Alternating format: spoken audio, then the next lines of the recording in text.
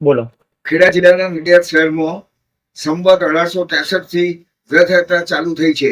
અત્યાર સુધીમાં આજની રથયાત્રા સાથે 218મી રથયાત્રાનું આયોજન કરવામાં આવેલ છે.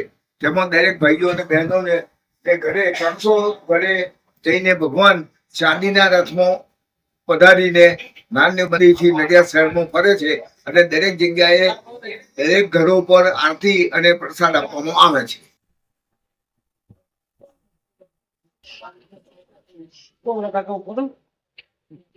તારું કામ નહીં ભાઈ, તારું કામ એ બધું બોલ્યા હતા ને તો મારો ફોટો અંદર આવે વ્યવસ્થિત આવી જ ગયો છે. ફોટો